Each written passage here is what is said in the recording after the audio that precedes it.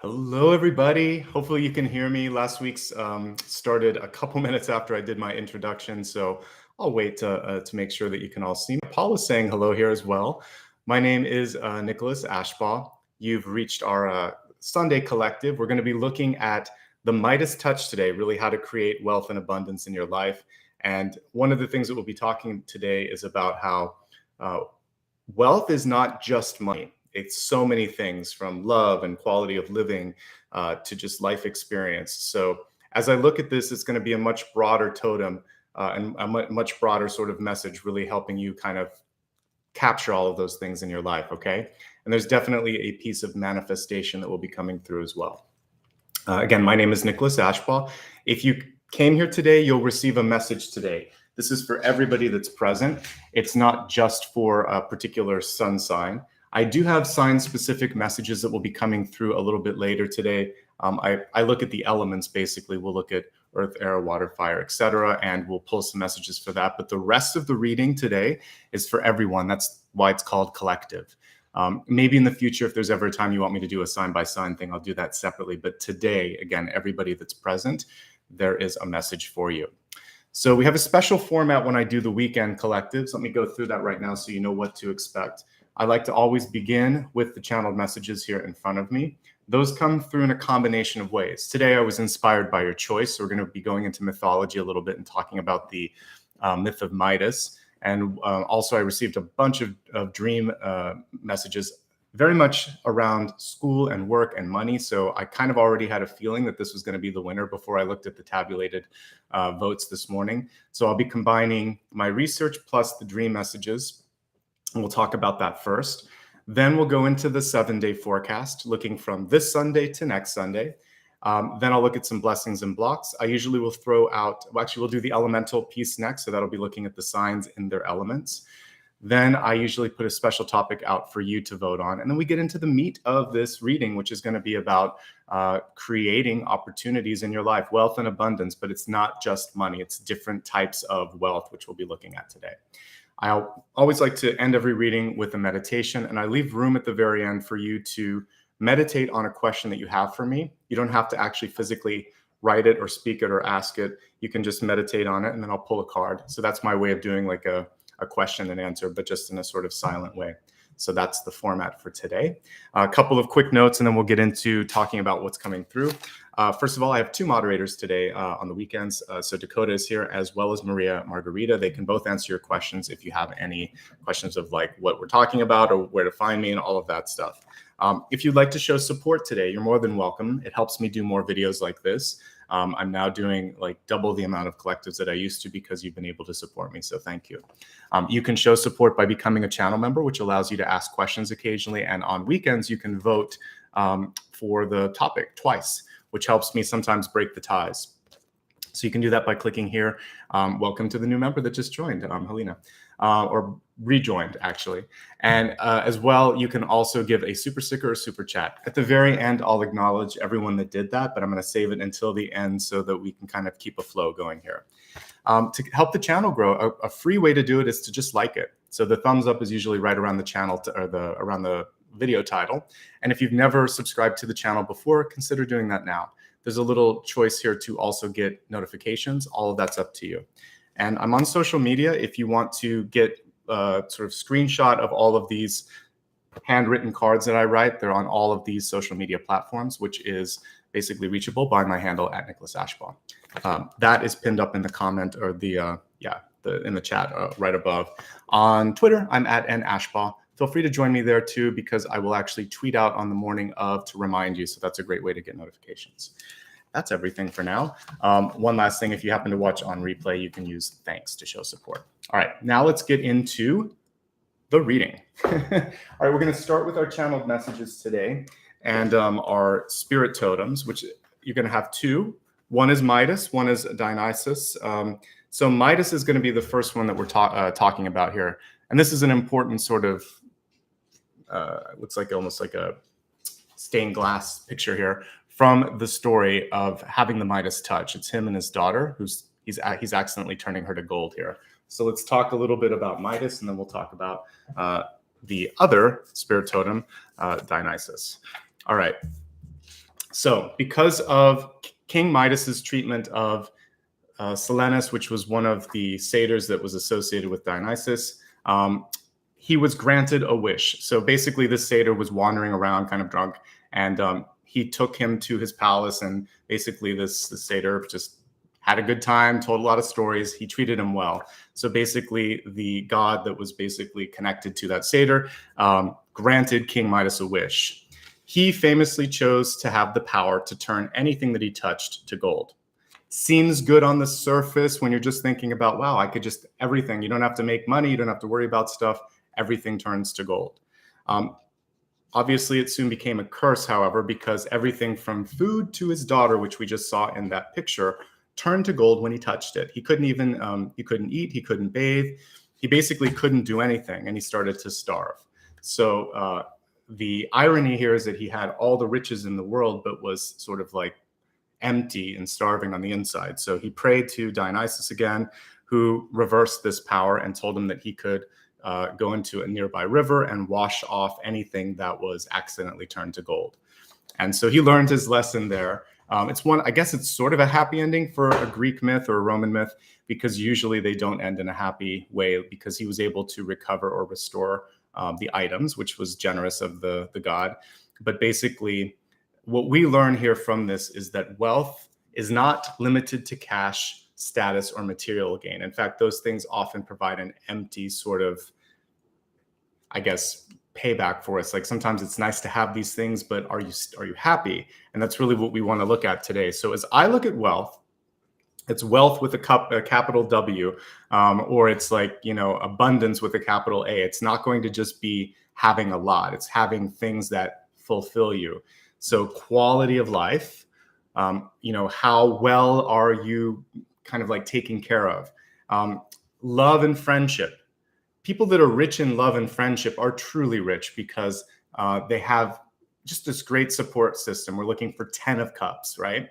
Health, the strength card. If you don't have health, the wealth doesn't mean anything because you're not going to be able to enjoy it, right? Opportunities, because with opportunities, you can actually create wealth from the opportunities. Time, I put in at the end here, but it's probably the most important thing because it is the sort of, it is finite. It's impossible to get past a certain point with the human body. There's been studies done that at least at present, with how we're kind of taking care of ourselves and feeding ourselves, that there is an expiration date. The body can only go so many years before genetics just say no.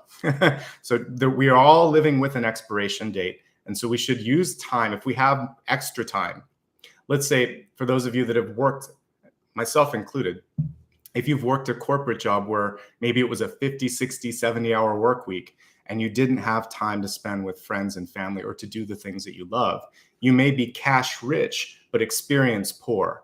And so that's something to look at. Other things to be rich in are knowledge. With the knowledge, you can actually create abundance and wealth. Joy, happiness you can't put a price tag on that. Experiences like traveling and just trying something different. And then also just that general sense of contentment, which Midas didn't get until he sort of overreached and got too much. So when we look at the abundance and the wealth, we're not looking at the cash or the credit in our pocket. We're looking at how well we are fulfilled. He had this big feast in front of him too when I was doing the research. Everything that he was touching, the grapes, the fruit, the wine, everything, it just turned to gold, but he couldn't enjoy it. So if you're gaining something but you can't enjoy it, then it's not actually wealth. And that's one thing that it's interesting because you chose the title, and I thought we're going to have to look at Midas because he's in the title. So I wanted to look at that. We have to go deeper and really find what gives you the most. It's not necessarily the cash, the title, or the material stuff. It could be something deeper. So when I look at the cards later and we go into the main portion of it, I'm going to look beyond the money. Okay. I hope we get some pentacles here, but I hope that that's not all that we get. All right. You don't need a powerful spell to create or call in abundance. All that you really need, and this is the first and the most important piece, think of Two of Wands and High Priestess combined. You're going to need a clear vision of what you are seeking. And then you have to trust in that vision. That really is mostly the Two of Wands, but a little bit of the High Priestess. I was coaching for someone the other day, and during the conversation, it was clear that like the next phase, there wasn't a plan yet. So I gave the person homework, because I feel like if you're really going to be powerful and successful, you have to know what that next step is. And it's okay to admit that you don't. And today we'll be looking at some things that can maybe help you figure out what it is. But it should be a sort of something that gives you a sense of, yeah, this is fun, or I can't wait to do it, or I'm challenged, or I'm learning new things about myself. Any and all of these things are really important. Okay, great. The next thing is a belief in your own self-worth and capabilities. I had a variation on this one about self-worth being net worth. I think it was too scary for people and too financial. So one of the cool things since we started voting is I can kind of see how to communicate stuff better to you. So this is something I've been wanting to talk about. I'm really glad that you picked the Midas Touch, because this is the biggest piece to it. If you believe in yourself and value yourself and fight for that self-worth, then you start to see it coming through across the board. If you don't value yourself, if you undervalue yourself, then other people feel like it's okay for them to do that too. Or you invite people in that test you and test your limits. So knowing how to say yes and no, knowing where to put a healthy boundary between you and someone else, that's going to be so important and could be arguably one of the most important things to create and call in the wealth that you're looking for. Okay. And obviously, hard work is part of this. I put that in. It's super obvious, but a lot of times when I speak with other spiritual people, we've all had experiences where there's someone who just says, all you have to do is like meditate on it and it will come to you. Yes and no. Yes, you have to meditate on it and envision it. And yes, you can speak something into existence, but you also have to meet it halfway. I talk about the active 3 of Wands. Like you can't just passively sit up there on that perch and look at stuff. Eventually, he's going to have to go down and meet the ships and do some work. So I like to see one of the 3 of Wands where they're already there or doing something or more active. So if you just sit on your couch in a Zen position and think, bring in the abundance, that's good. That's step 1. But think about what you're going to do, how you're going to do it, and then start doing it. So I always like a follow-up. I always like a plan. You got to work a little bit. The divine helps those who are kind of working and actively helping themselves. All right. Now, the last piece and the hardest piece for everyone, myself included, can be the patience, time, and detachment piece. The peace of mind and the detachment is also important. So when I say detachment, it doesn't mean that you stop caring. It's that you understand that you're doing everything humanly possible and spiritually possible to create and welcome in the abundance. And then you're at peace with whether or not it shows up, when it shows up. And you just sort of think, I'm moving. I'm going to continue moving. And this isn't going to hold me here. I won't be beholden to its power because I'm the one creating it. So when you realize you are the source, you are the creator, you're connected to the creator, you just have to trust in the divine timing and then let it go, right? Okay. I wanted to talk a little bit about Dionysus just because this particular god was part of the myth. So some fun facts. We're not going to go as deep into this god as we did with Midas, but he's the son of Zeus, and an interesting sort of piece, and I don't want to write it all out in the cards, but he was born from Zeus's thigh, kind of like Athena came out of Zeus's head. The reason he was born from his thigh was because, of course, Zeus seduced a mortal woman. And when she found out she asked him to show his true form, and I guess he was kind of bound to do whatever she said. But in doing so, there was like so much light and brilliance that she sort of like just burned. she kind of like evaporated. But he was able to save the baby before that all happened. And so he put it in his thigh. And because this is a myth, the baby stayed there until it was ready to be born. So the son of Zeus. But one of the cool things here is with that sort of energy being in the thighs, we see that ability to sort of move. There's a lot of power in the thighs. For some of you, you may be going through some issues with hip, thigh, or knee because that's kind of in between the two. So pay attention to that. Whenever I go into mythology and kind of into the symbols, I like to understand why it came through. For those of you sitting a lot too, like me right now, that part of your body gets stressed out. So you might want to do some things with your hips and thighs to stretch it. Again, standard disclaimer applies here. Always work with your doctor or health specialist for that, but that might be an area where you're holding some tension. And you may even be holding tension because of familial things, because again, the stress is being put on you and you're holding it there for some reason. The harvest and abundance energy that kind of is attached to Dionysus, who is again connected with wine and harvest, is actually positive. To me, that tells me that you're kind of reaching a place where the judgment or world energy might be coming in. A lot of times we'll see judgment as a harvest card. Wheel of Fortune can also be that. Sometimes it's like Wheel of the Year. And then the World for expansion. Really nothing but good energy associated with that. Celebratory stuff too. Like you would want to celebrate these things because of an accomplishment. So all of these things I like. I see a big movement and shift coming into your life. However, Dionysus is also connected to the Nine of Cups and the King of Pentacles reverse. King of Pentacles reverse is King Midas, pretty much. That is it's an energy of either material fascination, narcissism, just selfishness. So what we want to do is avoid people like that and also avoid anything that might bring into our lives. The King of Pentacles upright, however, is super awesome because that card is connected to the divine masculine, particularly in fatherhood and mentorship and, again, power and wealth, but in the best way where you would give it back and you would share it with people, or do something positive with that platform.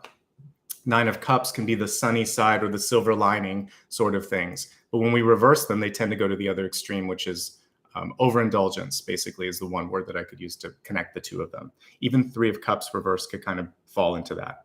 So I'm thinking of all the wine cards, basically. A little bit is good, but too much is something to avoid.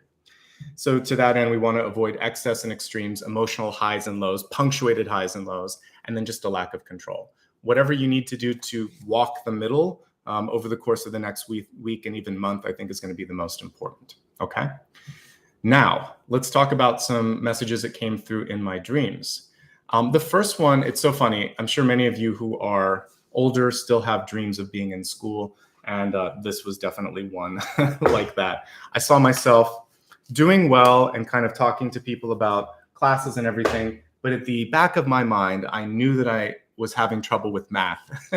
And I want you to do your financial due diligence right now. Figure out what your financial status is, because that's really what the mathematics portion was. And the test here is to figure out, not if you've studied for a test, but if you have, if you've mastered your fear over investment, over debt, over fighting for a raise or an increase, or getting your even footing when it's like in a relationship, to make sure that you have the same power of finances. So plan, pay off debts, look at your investments. All of those things are going to be really important. And they're very much connected to our overall topics today, right?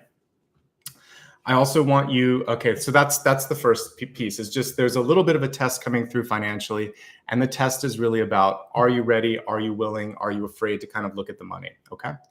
Now, the next thing that I saw was kind of related to being in either an office or a classroom. And it felt like the teacher or the boss or the leader was abusing their power and also kind of a little bit condescending. So what we're looking for is someone to raise their hands and say, slow down for a second. Did I hear that correctly? And then maybe to let them know that this isn't coming across well. I think that you would want to get the support from peers first if you can, but even if you can't, there's a chance to raise your hand and say, this isn't connecting, or I don't agree with that. Let me ask a question. Let's get some clarity on it. Because what I saw was that quickly there was a lot of support, and the person acquiesced and kind of stepped back and took some of what they said back. Sometimes a person, especially if they're not tuned in, they're not getting the feedback, right? So this is your chance to work with others to make sure that that person is tuned in and is listening. Also, this is for a lot of you, this can either be work, it could even just be in a family situation, but I saw that there was a danger to stepping in and doing someone else's job. Sometimes we want to do that. We want to cover for them.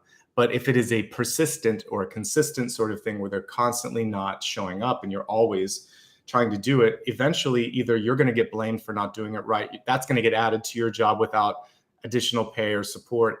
Ultimately, it's not going to bode well. So a favor once in a while, fine, but ultimately you're not being paid or even expected to do someone else's work. Let them learn the lessons, let them step up, let them take the heat. Otherwise, they're not going to grow.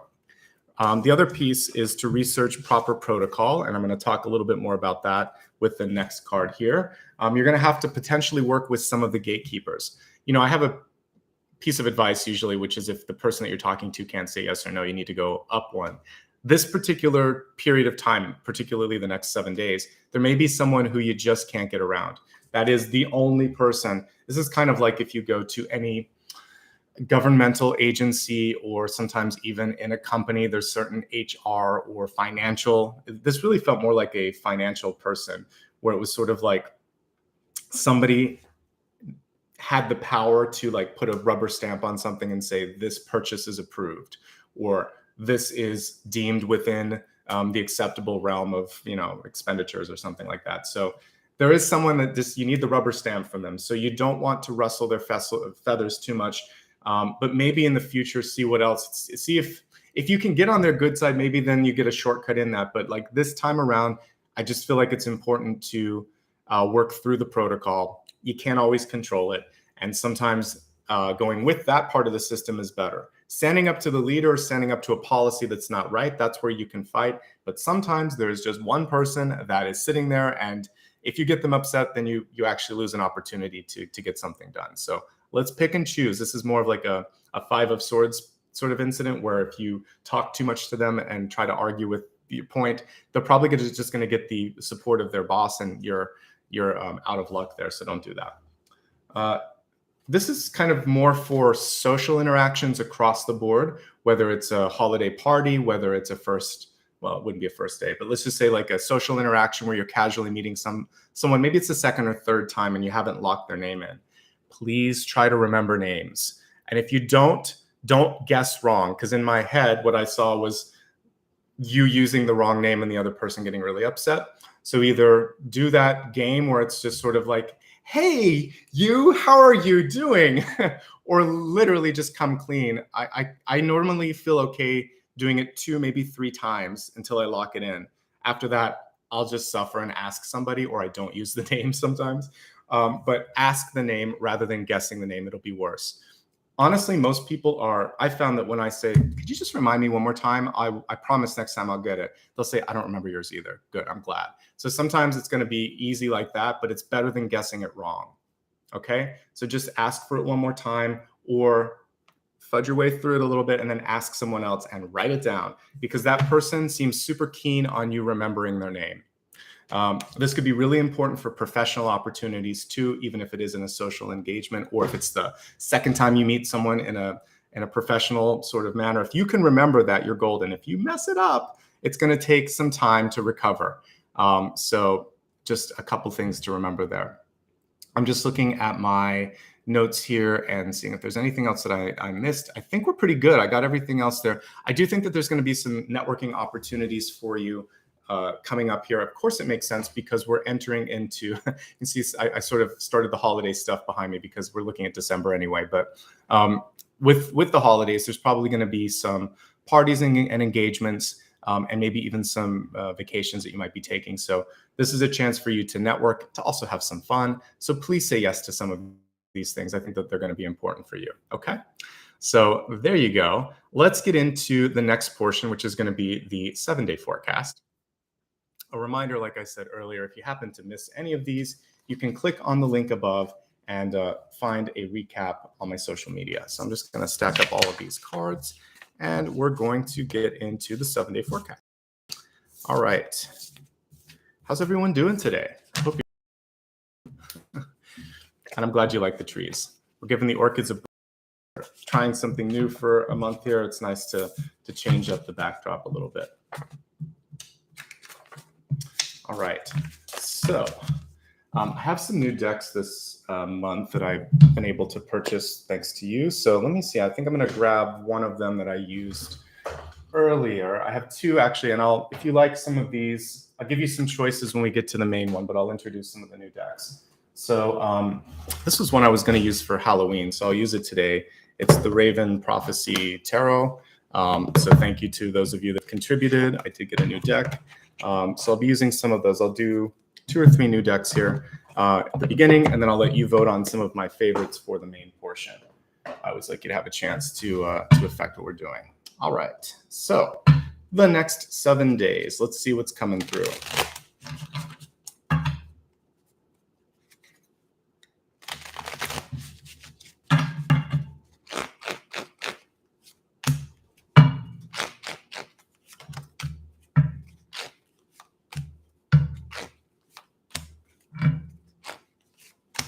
So Sunday, Monday, Tuesday, Wednesday, Thursday, Friday, next Saturday, and Sunday.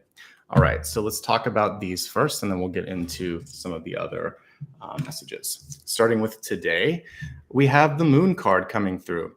So I really like the Moon because this is a chance for us to connect to our sort of primal intuition. That gut instinct that you have, is this right? Is this wrong? Is this something that I need to do? I really want you to lean into that right now. Divine feminine energy obviously coming through as well. I actually feel like whatever you want to do for the rest of today, it should be pretty productive. The card isn't reversed, so I'm feeling pretty good about it. But one of the things that some of you might be getting a handle on is any of the fear that you might be having, any of the uncertainty. This is a good day to kind of dig in and do your homework. I like that this particular raven is sort of symbolically devouring that moon. It's saying, I own my power. I'm not going to be afraid of this. I'm going to take it on, take on whatever this fear is, whatever this is, and I'm going to come out of this really powerful, really strong. So we like this. This is a very empowered moon card. Don't overthink things today. This is something where it should just sort of like be in the spiritual flow. All right. As we look at Monday, we're going to focus more on the bones in this card rather than just the 10 of Swords. But for some of you, you've been holding on to something longer than you need to.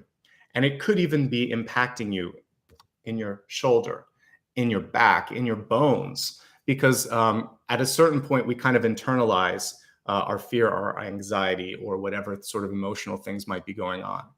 So don't be afraid to reach out for like a helping hand here. Ask for help if you need it. It's there. The 10 of Swords, of course, can indicate chronic pain or something that's overstayed its welcome. Could be a friendship, could be a job, it could be a life experience where basically enough is enough.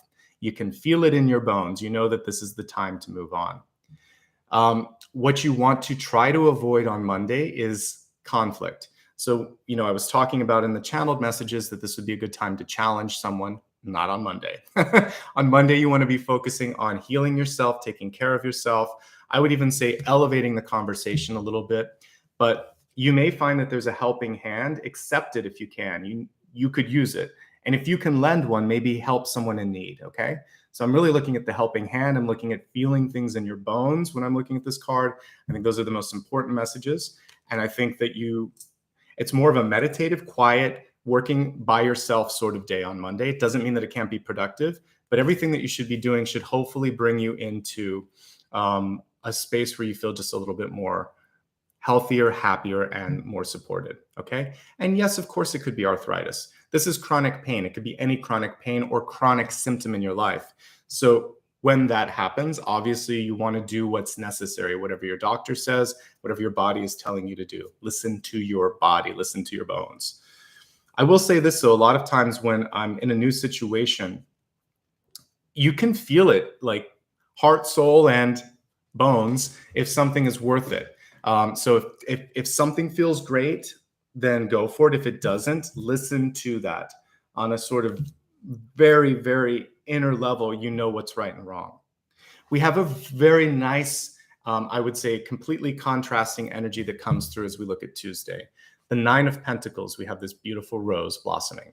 And this is like a close-up on what you would normally see with the 9 of Pentacles, which is in the typical Rider-Waite-Smith, we would see a woman in front of a flowering bush or tree, and she's tending that garden. She seems very happy, and she usually has like a peacock or a partridge or some like lavish bird on her shoulder. She's just very much in her power. So this day we see abundance coming to you. This is a very Midas sort of day where there's a lot of opportunity around you, and that all that you touch, there's growth within it. Not the literal Midas touch, but the sort of like you're going to start to see movement happening. The only thing that can be kind of interesting or cautionary about the 9 of Pentacles is that we want to still be open to help and to criticism from others, because this is a very independent energy, the 9 of Cups. So I think that you would want to the 9 of Pentacles. I think what you want to be focusing on with the 9 of Pentacles is keeping your eyes open, your ears open, and kind of making sure that if somebody wants to come in and help you, what does that give you? That gives you an extra pentacle, which brings you to the 10 of Pentacles, which is completing something. So I feel like you've taken it almost to the finish line, but there's someone else there that can make you go a little bit faster. There's an untapped resource or an opportunity. So don't be so independent that you miss something, and maybe you have enough that you can help someone else as well. Okay, so I like what I see. It's a great day. This is a good day for also working with others because they see you as rich in ideas and wealth and knowledge, and just a good resource. Let's move along to the midweek. As we look at Wednesday, we have the Queen of Swords in reverse. So I love the Queen of Swords. I actually like the Queen of Swords in reverse, maybe not the most popular stance with tarot readers. What's good about her is she gets to the point. And if there's something to be said, this could be the day where you have the most power. You have to be careful, though. This could be the day to stand up because your voice will be heard, but you want to make sure that it comes across in a way that isn't too confrontational, isn't dismissive, and has a constructive element to it. If you put those little pieces to the Queen of Swords reversed, she's one of the best potential allies you could have because she will get something done. I would want a lawyer that had that capacity, for instance. We want to make sure that there's also some of the softness that you would get with the Queen of Swords upright, which would be listening too, not just saying, not just dictating, because then you're almost doing perhaps what you're trying to counteract, which is that person that's not listening. So listen, and I think that's also going to be really, really key. If someone isn't listening to you, however, that could be where you just say, let me finish. Or if they're trying to cut you off, say, I'm not finished yet. Let me finish this and then I'll give you equal time. So just fight for that common ground and I think you'll be okay. But it's a day where you might also meet others who there's no time for chit chat, right? So if you need an approval, if you're looking for something, start off with a pleasantry, but then after that, get into what it is that you want. Be cognizant and also kind and sort of like understanding of their time limitations. Looking at Thursday, we have the Two of Pentacles in reverse. I love that this isn't showing that you don't have enough. We have two blossoms here, but with the Two of Pentacles, there's usually choice between one thing or another. Sometimes, just like the Two of Swords, it's difficult to choose because we might like them or feel like we like them equally. You're going to have to choose one of those roses on Thursday and decide, how am I going to spend a little bit more time with this and help it grow? Let's get this one to bloom, and then we'll focus on the other one. It's not like a normal plant where they can both kind of do it at once. You're going to have to put more energy into one because when you take one of those two pentacles and just put it on the shelf or delegate it to someone else, then you both have an ace or you have one ace that you can deal with. And from that ace, more things can come. If you're juggling or spreading yourself too thin, maybe neither of them blooms or they don't bloom all the way. So basically, we're looking at intelligent use of time and delegating as necessary, okay?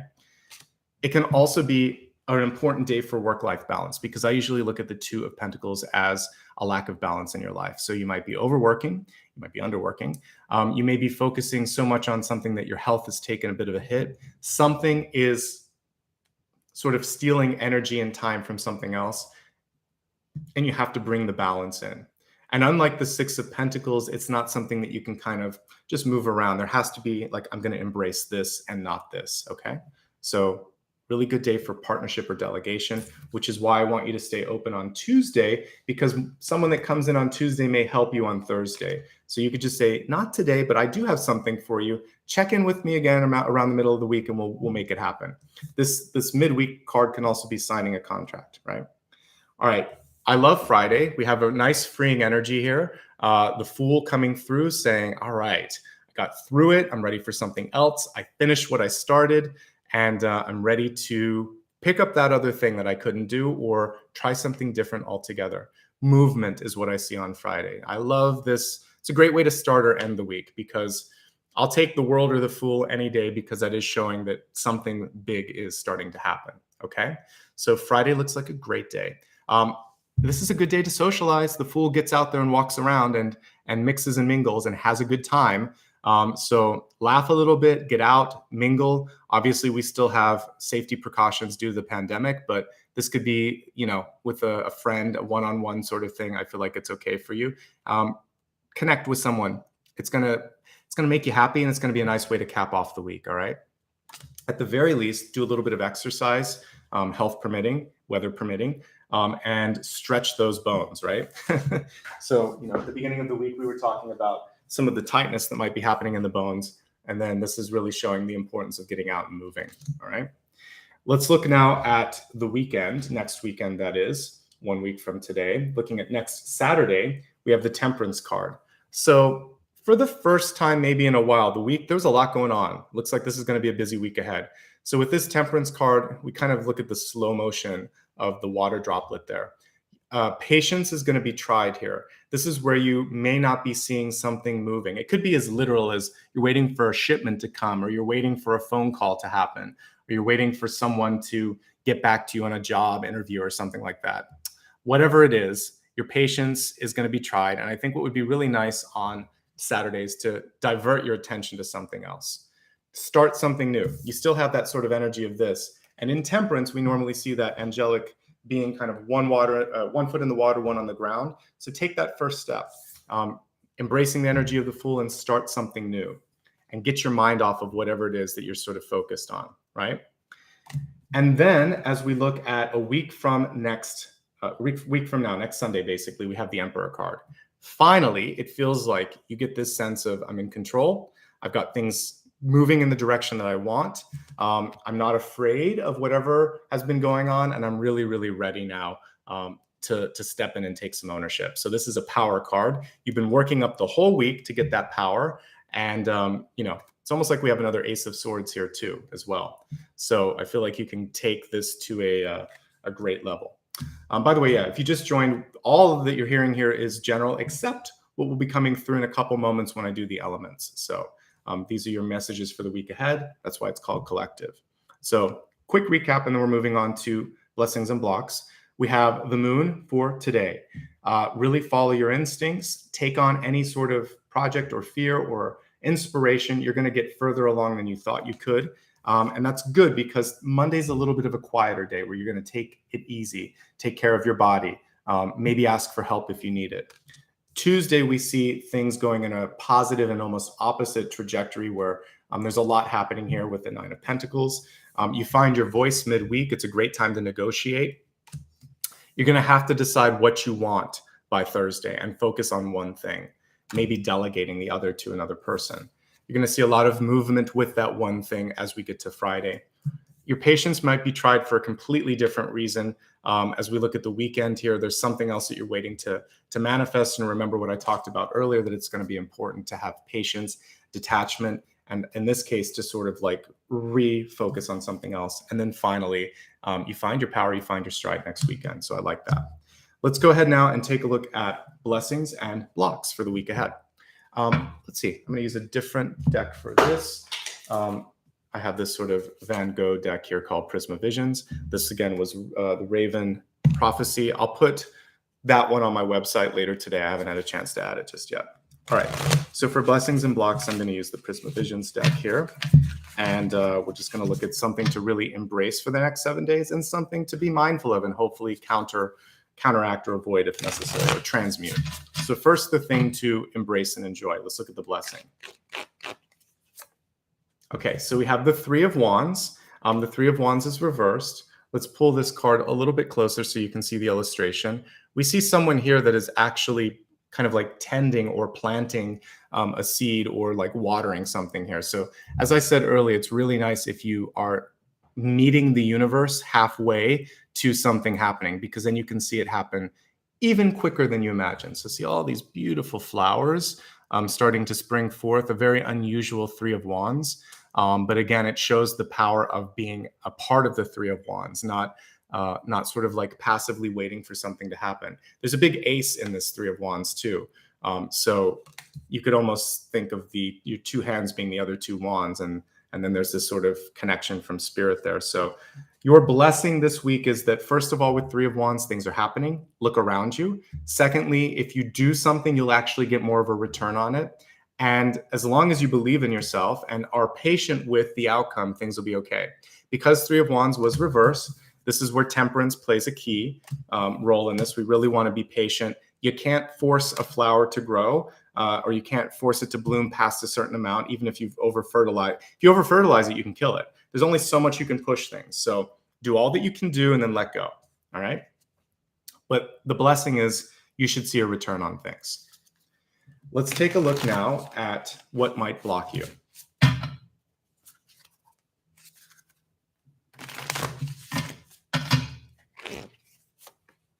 Okay, we have the King of Cups, and it's kind of interesting in this one because it's almost like he's getting pulled into like this tentacle of energy. So the King of Cups normally is a very positive card. It's passionate, it's intuitive, it's loving, it's really great. But emotions can get in the way sometimes. You can get wrapped up in things. So I talked earlier about like the Nine of Cups. King of Cups could also be a part of that, that sort of overindulgent and energy. So making sure that you have balanced yourself out and that you don't get overly excited or angry or upset about anything. You really have to sort of like keep your calm and keep your cool. Okay, let's move on to the elements now. So we're going to be looking at fire, earth, air, and water. And I'm going to use another new deck for this just because I wanted to pull out some of the new ones if I can find where I put it. All right, so this one is the, let's see, what am I using now? The Field Tarot. So I did the Raven Prophecy, the Prisma Visions, and this is Field. And I'll make sure that these are on my website by later tonight, no later than Monday. I'll put all of these up. All right, so we're going to pull all the cards and then I'll break it down. We'll start with fire, earth, air, and water. So fire, this will be Aries, Leo, and Sagittarius.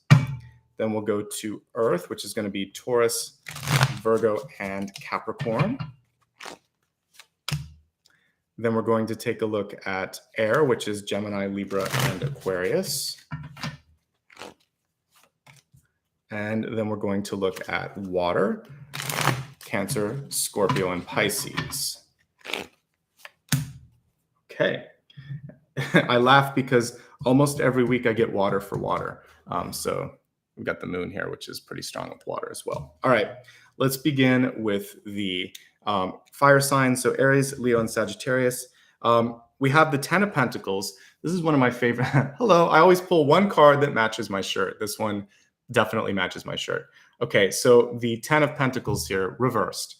So some of you are reestablishing, this is again Aries, Leo, and Sag. Some of you are reestablishing what's important to you. This to me is a prioritization card because it's all about the orbits in your life. This looks like the sun and all the orbits around it. So what I would say for you is that you have what it takes and you have all the necessary things that you need to kind of make something happen, but the priorities have to be shuffled a little bit. What's going to be your Mercury, Venus, and Earth, and what's going to be way out there in like Neptune orbit. You've got to figure out what's most important. Okay, so that's one thing. If we take it past this card, which I really can't stop looking at because it's exactly the colors that I'm wearing. But if we look at this as a message for you with the Ten of Pentacles reversed, for many of you, I think that there's going to be increased pressure from family or coworkers to have your assistance, to have your help, to have your attention. So you're going to have to really balance out how much you're going to give. And this is really about things that they want from you. It's not so much like just time. It's really resources. So resource management and prioritization and how close you even want to let people into your life, all of that is going to be really important for you. Okay, so that's the energy for fire. Now let's move on to Earth, Taurus, Virgo, and Capricorn. You got the Ten of Cups. We have that sweet rose at the center. The card is reversed, but it really doesn't matter here. We have harmony as the caption on this. By the way, establishment was what the other one said. But for you, it's harmony. So what's happening right now is that I feel like you're almost in a people-pleasing sort of phase. So you may be really, really focused on doing what's expected of you, helping heal people, especially if that's your profession, if you're like a nurse or a psychiatrist or an acupuncturist or anything like that. You're doing a lot to try to take people's pain and make it easier for them. Just make sure that you are taking care of yourself because you have to grow too. It's important for that to happen. There could be an unexpected, again, sort of bump in with an old friend, an old flame, or a family member that you haven't seen in a while. You may forget their name. This could be for those of you that are in Earth, this could be what could be happening for you. So I want you to focus on making sure that that goes well. I think ultimately there's a lot of people that want to be around you. Both of these have similar energy. With the 10 of Pentacles, usually it's that they want something from you. This is that they want to be around you. They just want to hang out. So you could have a very full social calendar. There could be a lot of extracurricular activities that are going on, or, you know, sort of like volunteer type work. And I think you need to be mindful of finding the harmony and the balance for yourself, especially around the end of the week when we're looking at the 2 of Pentacles in reverse. So that's going to be the important piece. And we have the flower kind of at the center of both of these. So this is your time to grow too. Make sure that you're making time for yourself. All right. Good time for love, good time for negotiations, great time for being around people. You're coming across as very sort of magnetic. And I use the magnet in today's title because that's part of bringing in wealth and abundance. So you have charm. When we're looking at the fire signs, they had things that people wanted, skills and other things. But people in the for earth signs, they're really drawn to your sort of charisma. So use that to your advantage if you can. All right, let's go to air, Gemini, Libra, and Aquarius. I feel like we get a break this week in the air signs because there's been a lot of swords in previous weeks. You're good this week. You align to Friday. This week's going to be great for you. We have beginnings, which is the Fool card, and we have the Fool here. So I feel like your power day is going to probably be Friday. And you're going to be able to really get a lot of stuff done. And you're going to feel like, wow, I got this together. This is a card of beginnings and endings. So if you're willing to start something new, a new job, a new relationship, a new lease, this card is around that. If you're ready to let go of something, getting out of a marriage, getting out of a contract, finishing something up, this Fool is there with you on both of these. It's kind of interesting. I'm using 2 different decks, but neither Fool is really looking at us. We have one in silhouette that's looking away, and we have here a naked Fool looking away from us as well. When we look at the fact that there's no clothes, that kind of makes sense for the Fool because it's the beginning, it's the birth, and a baby is not born with like a tuxedo, it's naked. So you're going to be entering into something without all of the sort of like comfort that you're used to, and there could be that birthing discomfort as well. Like when a baby comes out, it usually cries, not always. My parents had the nurse pinch me because I was quiet when I came out. I've been talking ever since, but but anyway, you may have this sort of sense of, I feel like I'm out of my element. You might be emotionally triggered in one way or another. You could be quiet like I was as a kid, or you might be crying inexplicably, rather. Easy for me to say, inexplicably. So kind of like give yourself a chance to just move through that, all right? There you go. One last piece is to take off the artifice. So yeah, I looked in the comments there. This is the birthday suit. But when we look at divinity in tarot and divinity in Roman and Greek statues, the gods are nude. And we look at the Lover's card, they're nude there too. And that's not because it's salacious. It's because there's nothing to hide and it's divine. So be your divine self, okay? Great card for the air signs, and I'm happy because it's been a little bit crazy. You've been doing work on yourself. I can see that over the past 2 or 3 weeks. So this is a nice breakout point for you. All right, moving now on to the water signs here. We have the moon. Always seems to come through for you, water for the past month almost. The moon card in reverse, though. So your power day is today, or if you're watching this, you know, on Monday, like Australia would be, this is still kind of bubbling over. I want you to take the lessons from Sunday and really apply them throughout the week. And the message here is that nothing is too much. We see this raven kind of gulping up that moon. You can overcome whatever fears you have, and it's ultimately going to lead you to empowerment and creative energy, because this is an intuitive and a creative force. What does the moon do? It pulls the tides. This is also about overcoming any sort of emotional stuff that you might be working through, okay? So some great messages, again, coming through. So a quick summary, if you just joined. For the fire signs, it's about prioritization, saying no when you need to. But guess what? You have a lot of opportunities coming in. 10 of Pentacles is auspicious. There's just too many people walking on your door. For earth signs, too many people want to hang out with you. This is really about deciding how and when to spend your time with these people. I do feel like relationships could get into a really good place. Just find that harmony for yourself. Again, for air, new beginnings, breaking through, breaking free, getting in a comfortable space. And for water, not letting your head and heart get carried away, finding your power, finding your creativity. And really with that power piece, because the moon is powerful, even though it's not the same size as the earth, it basically has balanced the earth out. We need that sort of, it keeps us from wobbling so much. It helps with the sort of tidal pull of the sun. It helps create the tides, which then also help shape the surface. So what it tells me is no matter what your title or status or role is, you are vital. You are important. You play an integral part to the success of a bigger picture. Okay. So those are super cool messages for all signs, and they're all pretty good. It's a pretty good week ahead. Monday's a little tricky, but aside from that, I really like the energy that I'm seeing. Okay. Let's throw out a quick poll for you to vote on, and then we will get into the general topic here.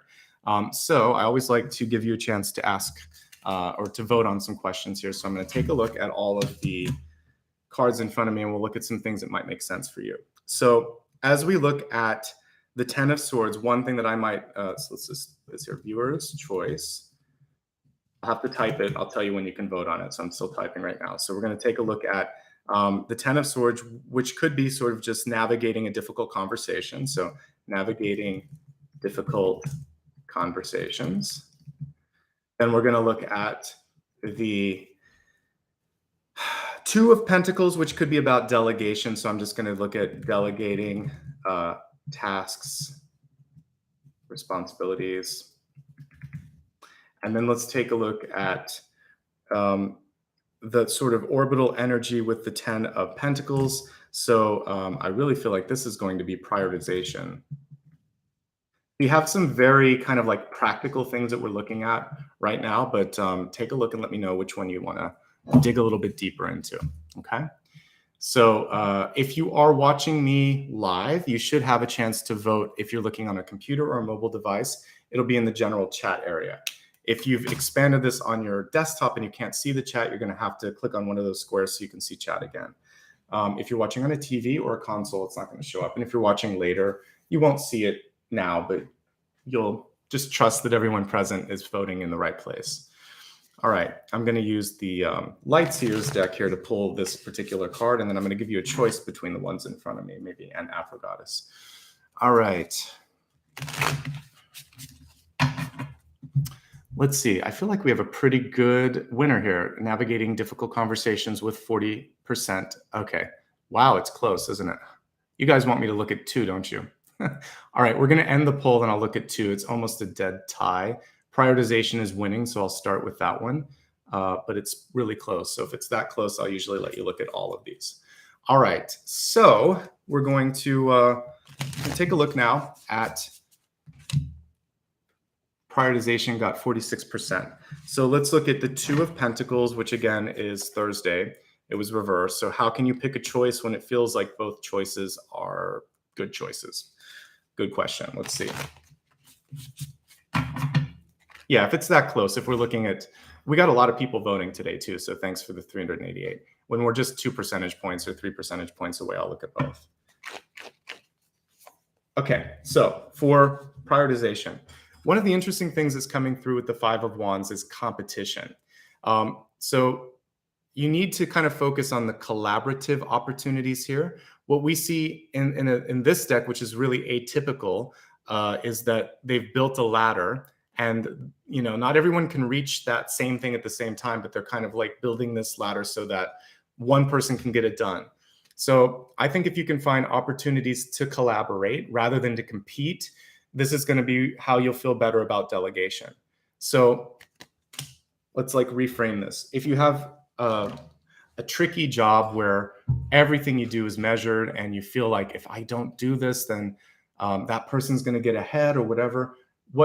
If you can just frame it up differently, especially to your boss or whatever, and say, I knew that if I tried to do both, they would both suffer. So I've delegated this so that we could both do a good job on this. This person's an expert and I'm pretty good at this. And you're going to get like A+ stuff with both of us doing it rather than like C- with me trying to do both. And by that person gets a chance to shine, you shine, and whoever you're doing this for, they're happy. So it's really like win, win, and win. Okay. So I feel like if you look at it from that perspective, it's good. That's why sometimes competition is silly. And if people in power can't see that you were smart enough to figure out what you could and couldn't do, then that's maybe not a place you want to be. In relationships, it needs to be 50-50, at least. I mean, sometimes we're going to do 60-40 or 70-30, but most of the time we need to be closer to the middle. So ask for help and expect that that person's going to step in, and they shouldn't judge you for that. All right. So the answer here is that it's the right thing to do, and that's why you have to do it. And it's collaborative, and you're not going to lose out in some way. In fact, you're probably going to end up looking better in the long run. Okay. Let's look at the second one. I got to go back and remind myself what it was. So let's go back to the poll. So the other one that won was having difficult conversations. That's a really good and difficult kind of thing to look at. So this difficult conversation could be anything from I quit to I break up, or I'm concerned about you, anything, or we need to talk about the money, all of these things. So let's see what the difficult conversation tip is for you, just assuming that it's someone that you love and it's something that you care about. And if you work for yourself, it could be a conversation with yourself to answer that. So let's just see what this will be. Okay, so we have the Six of Pentacles, which is a great card to come through. This to me is one of my favorite ones because it tells me that no matter what you do, you're going to come out okay on this, but you have to say no sometimes.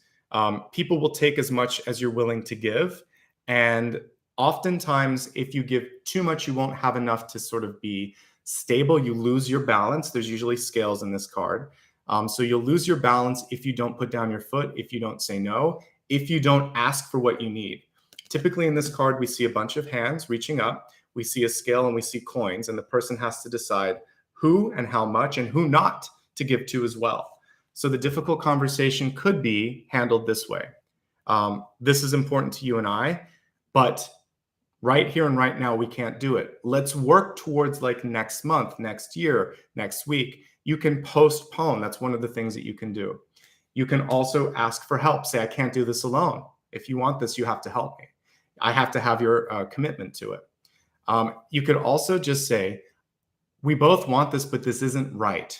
This will actually hurt more than it will help. So if you have to say no, you can say no, but you're going to find a place of common interest. And it isn't a flat denial. It's an understanding that you can see their perspective, and then you give them halfway, 3/4 of the way, but you say, I need something from you too. Okay. You don't have to give it all. And if you are, that's the sort of piece here that has to shift. All right. But ultimately you'll find your footing and you'll find your balance. One thing that I've learned is you can always say not now. Like if you can't, rather than saying no, if it's a bad time, say, I can't talk now, but I can talk at 7 o'clock tonight. I can talk tomorrow at 8 a.m. I can talk next week. We can't buy this now, but we can buy it next month. You can always use the postponement. And when there's questions and things that are given to you, you can say, I need time to think about it. I don't know. That's a good question. Let me do my research. Let me find the information, because right now it would be subjective, not objective. So always use your words, always use time to your benefit, and always kind of express that feeling of, we're in this together. Good questions. Glad we looked at both of them. All right, let me clear up the table here, and then I'm going to let you vote on which deck you want me to use today, because this is a democracy on that level. I kind of like sometimes to give you a chance to vote. I have my favorites, but this is for you, so I'll give you a chance to kind of look at these. So I'll give you 4 to vote from today, or maybe 5. Yeah, this will make it less likely to have a tie. All right. And then I'll show you them while I do it. So you have plenty of choices today, no pressure. Let me give you a quick poll here, and then I'll let you look at them while I take a drink and get ready. Let's see, maybe I can only do 4. I can only do 4, so I'll have to make a choice. Okay, so we're gonna look at the Raven prophecy. We'll look at the Prisma. Okay, let's see, I have to take one of these out. It's hard for me to take them out too. Let's see. Yeah, we'll just do that. Prisma, Visions, and then this is the Field Tarot, and then let's see. I think we'll do Light Seers. I would put the Afro Goddess in there, but there's no room for it, and I've used it a lot lately. So okay, we'll choose from these decks in front of me. Okay, so here you go. Here are your choices. I'm I don't think I put a title to the poll, but you'll know what I'm talking about. So this is the Raven Prophecy one. Got the Ravens coming up right now. This is the Prisma Visions. Everything looks like a sort of Van Gogh painting. This is the Field Tarot, a little bit more abstract. This is the one that had like the Naked Fool on it. And then this one is one of my favorites too, Light Seer's deck. Really vibrant colors, really positive imagery. Beautiful deck. Okay. So I'll let you guys vote on it. We'll see what's going to win here. I'm going to take a drink of herbal tea while you're doing that. And let's see. It looks like we have a winner with the Light Seer's deck. Pretty definite winner there. Okay, good. And I'll bring Afro Goddess back into the sort of mix next week. I can only feature so many times here, so I just wanted to kind of like give some other decks a chance to shine, which is what I did today. All right. I'll use it maybe a little bit later when I'm looking at the final card, because that was another one that I wish that I could have put in the mix. Okay, so let's focus on the Light Seer for the main focus here on Midas Touch. So with the Midas Touch, again, we're looking at how to call in abundance and opportunities, knowing that it's not just cash, it's not just money. There's all sorts of different opportunities in your life. And we want to look at the other riches, such as wisdom, life experience, love, opportunities, etc.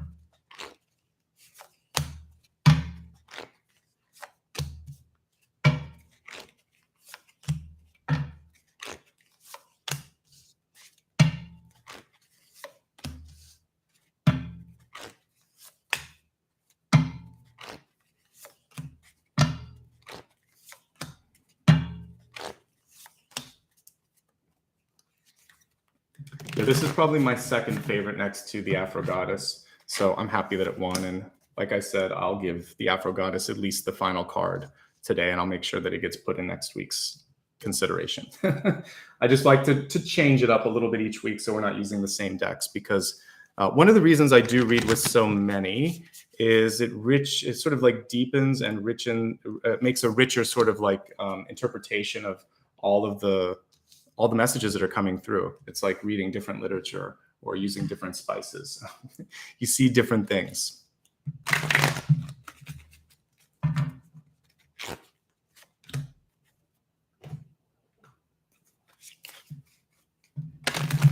I'm at a point where I almost never read with the traditional Rider-Waite-Smith deck now, but except when I'm traveling, and then I use the Radiant one. That's one of my favorites. If I'm reading for myself, I'll use the Radiant one usually. But.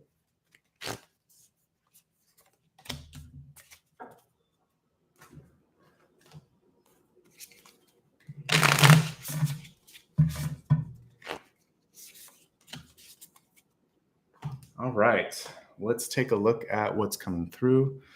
Okay, so this is really nice with last week's message. We talked about the chrysalis last weekend. If you haven't listened to it, you can still listen to that. So we have the Mystic card here, and we have either a moth or a butterfly coming through. It looks more like a butterfly because moths usually have sort of like these, I don't know how to talk about it, but like their antlers are a little bit thicker, and they have these kind of like saw type things on it. So it looks more like a butterfly to me. All right, so with the Mystic, this is really what we're talking about today, your capacity to see it and do it. Call it in. But there is a change that's going to be a part of this path to sort of like prosperity, if you will. So you have to kind of have the change happen from the inside out. So this is why sometimes people that win the lottery, for instance, have a really difficult time managing the wealth, because it was just thrust upon them and they're not ready for it. And they're sort of like doing the King Midas thing, which is just sort of like putting all this shiny stuff around them, but they didn't work hard to kind of like earn it, so they don't feel the value attached to it. So we have to have the growth, the time, the development. Sometimes even if it's feeling like it's taking forever, it's so that when you accomplish what you're trying to do, you're so appreciative and protective and nurturing of it. So the first message I get with this catalyst, which is, of course, the catalyst in and of itself is a kind of like it creates or sparks change. It's saying the change is happening from the inside out. And because of that, you are going to do better with whatever comes your way. The mystic piece is connected to the high priestess energy, to the magician energy, to your higher self, and just basically saying you have exactly what it takes to do this, but you have to feel it happening here first, inside out. Okay, just like the metamorphosis. When we were talking about the process of a chrysalis and all of that last weekend, it was really interesting because when a caterpillar goes into that phase, whether it becomes a moth or a butterfly, most of what it was disintegrates except for the neural passages. And it just sort of is like a complete metamorphosis and change and shift. So for some of you, to make peace with that, your head takes time to catch up. If you've ever watched any science fiction movies and they try to like transplant human knowledge in a computer, like a cyborg or something, or a robot, it doesn't usually work very well. The robot goes crazy because there's too much change too fast. So I want you to take your time to adjust to the changes, and then take your time to adjust, especially if you just achieved massive success or massive setback. It's there for a reason, and you're going to recalibrate. You're not going to exist solidly here or here. You're going to find your way back to the middle and then be able to navigate back up if you want to. So whenever there's spiritual growth too, it kind of goes up and then it plateaus. Sometimes it even goes down a little bit, but the general trend, it's kind of like if you're looking at something, a stock or a bond on any of the international markets, they're not going to just go a straight line up. There's ups and downs, but the trending is up. And that's really what the message is with this, okay? But the changes take time to calibrate here and here, because what's going on around you may not sort of sink into who you are just yet. We've got the King of Swords at the center. You really are going to have a lot of opportunities to connect with people as you start to make some of these changes happen. So let's look at it first as a way that you can be the sort of catalyst for opportunity in your life. So the King of Swords knows who he is, knows what he wants, and uses all the potential platforms out there to make it happen. So we see all the different flying birds and insects here. So we have an owl, we have a raven, we have a bat, and also not a firefly, but a dragonfly. So we're looking at not sort of communicating in a monotone quality. Like any good communicator out there, you really like someone who has passion and who has sort of like is fine-tuning it for the audience. So one message does not suit all sizes here. So for those of you that are applying for a job, even though I was guilty of it too sometimes back in the day, it's really important to make sure that you fine-tune a resume and any cover letter or statement, or now even nowadays like the LinkedIn or whatever. If you're sending it off, make sure that you're moving stuff around so that it looks good. So whether it's digital or traditionally printed, or you're talking to someone, you want to kind of like change up your pitch so that people are, it's going to be different for each audience. Okay. Your voice matters. So really speak up, enunciate, don't swallow your words. People care about your story. So for those of you, we're looking at an older king on this card here. Not that old, but a little bit older. So when I'm looking at someone who's been through things, that's a good story to tell.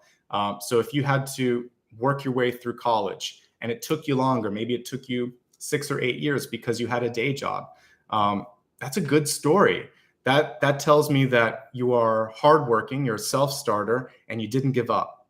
If you had to take time out to take care of an elderly parent, that tells me that you have your priorities straight. You're willing to help somebody out when they need it the most. If you started a family, that shows me that you have the capacity to run a household. So you want to be looking at your life experiences and molding those into part of your story. You're not just where you went to school, what your last name is, what your bank account looks like, what color your credit card is, any of that nonsense. It's the other stuff that really tells the story of you. So use everything to your advantage and show those, gray hairs and lines of experience as being part of the package, not something to die and cover up, especially in a CV. We want to see the experience. That's the one place where it's good to have age and experience, just like a credit score in the US. They want to see like time and experience and predictability. So if you have any of that, that's good. Talk about it. All right. And yes, of course, using your voice and your throat chakra is going to be really key. We have the 10 of Pentacles on this as well. So this is a really good period of time for you to work with the community around you and the networking opportunities that maybe exist at your college or at your company or in your family. It's who you know, not necessarily what you know. That is an important piece of this. So the way that you portray yourself and communicate to someone, and also who knows you and who can vouch for you or vie for you, is going to be so important. So make sure that you are doing that networking, as boring as it may be. It is an important piece of creating opportunities. Your reputation is something that's really important too. So walking away from just money, if you're the kind of person that people can really depend on. So I know you've all felt this when you've worked with people, either in school or in life or at a job. There are certain people that you're happy to have on your team. Like back in school when you're assigned partners. If your lab partner is someone who's super smart and always shows up and it's like, oh, thank God I got that person. You want to be that person. You want to be the one that just has a reputation for getting it done and doing it well and knowing their stuff. That in the long run will pay off. People will take note of that. And that will lead to what we see in the 10 of Pentacles, which is wealth and abundance and opportunity. So be the sought after person in that card, and everything will start to sort of like solidify for you. This is the gatekeeper energy that I was talking about just in the 7-day forecast, or actually in the channel messages. There's often so the Hierophant is like the Pope, and we see two people kind of like bowing at his feet in the normal card. But to me, it's a traditional gatekeeper that doesn't take no for an answer, and also sometimes expects for people to kind of listen. People, by the way, I got a question from my moderator. So we talked about the 7-day forecast at the beginning. Everything that you see here can be for the next month or so. This is like anytime I do a Celtic cross, it's not just 7 days, okay? So the 7-day, when I just do kind of, if you just joined, I start with a channeled message. I go to a 7-day forecast, then I do blessings and blocks for the 7 days. Then we do an elemental breakdown for all the signs. What we're looking at right now is a special topic that's going to help you in your life. I believe all the special topics that I look at, you could go back and watch any of those.